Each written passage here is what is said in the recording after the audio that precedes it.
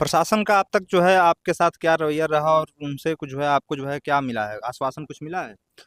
अभी बताया ही जैसा भैया ने अभी कि उन्होंने कहा है कि हम इसके वो नहीं हैं, हम सक्षम अधिकारी नहीं, सक्षम अधिकारी बाहर हैं। तो मैं इसके संबंध में एक बात और कहना चाहूँगा कि भारत में इस समय अघोषित आपातकाल चल रहा है और सभी को ध्यान रखना चाहिए कि अघोषित आपातकाल के दौरान सारे फंडामेंटल राइट्स सस्पेंड किए जाते हैं। तो जो अपनी पूजा करने का अधिकार है, अपने धार्मिक कार्य करने का अधिकार है, ये फंडामेंटल राइट है और आपातकाल के दौर में फंडामेंटल राइट्स सस्पेंड कर दिए जाते हैं। तो ये जो अघोषित आपातकाल है, इसमें फंडामेंटल राइट्स आपके सस्पेंड कर दिए गए हैं। आप अगर कुछ भी करेंगे तो आपके खिलाफ मुकदमा किया जाएगा, वही किया जा रहा है। तो मैं तो सभी से यही कहूँगा कि ये यूनिवर्सिटी में भी यह घोषित आपातकाल है और भारत में भी यह घोषित आपातकाल है, तो उसी का आनंद उठाइए। क्योंकि जब भी कोई बढ़िया काम किया जाता है तो उसी तरीके से सारी चीज़ें हैं ना, कि कोई भी अपनी पर्सनल जिम्मेदारी लेना नहीं चाहता है। यहाँ हमें क्या था कि इसे सीज किया गया है कि जर्जर है, इससे जो छात्र हैं यहाँ के विद्यार्थी उन्हें खतरा है और उन्हें गिर के वो मर सकते हैं, ऐसा ही कुछ भी है ना।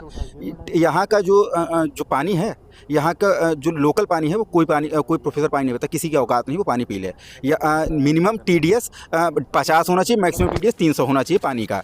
और कोई भी यहाँ का ऐसा टैप नहीं है जिसका TDS 700 से कम हो। तो ये जो बच्चों को मृत्यु दे रहे हैं धीरे धीरे पॉइजन के रूप में, पानी जो पॉइजन मिला के दे रहे हैं, इसकी जिम्मेदारी किसकी है? ये आपको दिख गई, वो आपको नहीं दिख रहा। इसकी शिकायत आप कुलपति से किए हैं? कि कुलपति से किए, कितनी बार किए, उनके सामने TDS मीटर ले जाके नापा है, कहा पी के दिखाओ, नहीं, उनके पास में बिस्लरी की बोतल रखी, पिएंगे।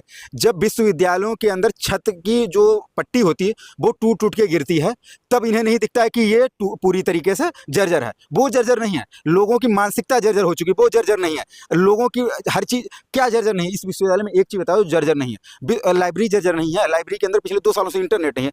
वो तो उसके लिए तो आप अंधे हैं ना।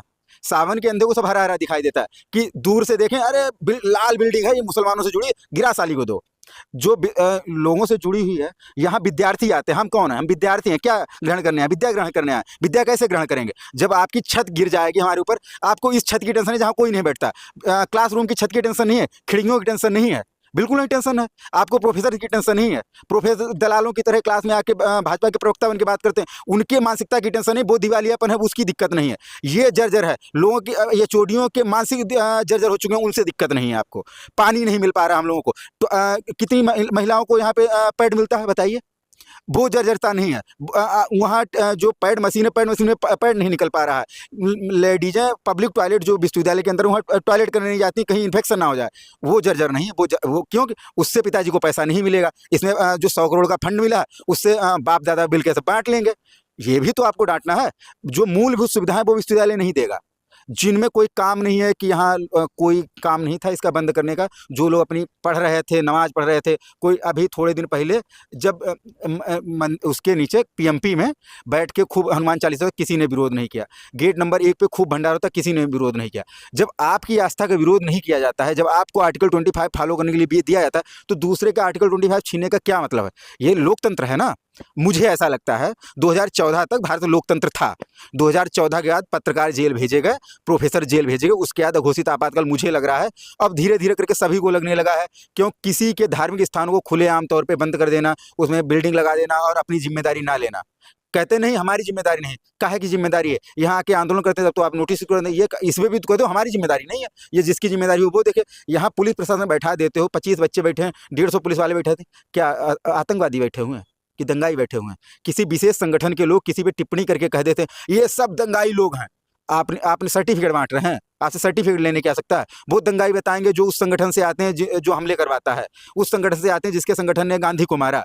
वो बताएंगे जिन्होंने ये जिन्होंने ये धर्मनिरपेक्ष देश बनाया है, जो इसे एक खास विशेष समुदाय का देश बनाना चाहते हैं, वो बताएंगे दंगाई कौन है, कौन दंगाई नहीं है। कौन भीड़ से पकड़ के किसी एक को नॉर्थ ईस्ट का कह के, चाइनीज कह के मार देना, वो दंगाई नहीं है। तो किसी की आस्था का सम्मान नहीं कर रहे हैं। किसी आस्था का सम्मान क्यों करेंगे जब RSS जैसे दलालों का आप यहाँ स्वागत करते हैं कि नहीं? अब ये सब चरण वंदना सबसे शुरू हो गई ना। विश्वविद्यालय खुले तौर पे हमारे VC साहब नए आए थे, हमें नई उम्मीदें थी कि आएंगे, लाइब्रेरी संभाल देंगे, विश्वविद्यालय संभाल देंगे। उन्होंने संभाली लाल बहादुरी, क्योंकि मुस्लिमों का स्थल है, मुस्लिमों की आस्था से जुड़ा हुआ स्थल है। आएंगे हमारे दादा आएंगे, मोहन भागवत जी, उनका स्वागत करेंगे, चरण चुम्बन करेंगे। तो मैं इसीलिए कहूँगा कि ये जान लीजिए सभी लोग, भारत के नागरिकों और विश्वविद्यालय के विद्यार्थियों, जागिए। अघोषित आपातकाल है, अपने अधिकारों के लिए अगर आज नहीं जागे तो ये अघोषित आपातकाल में आपके सारे अधिकार मारे जाएंगे।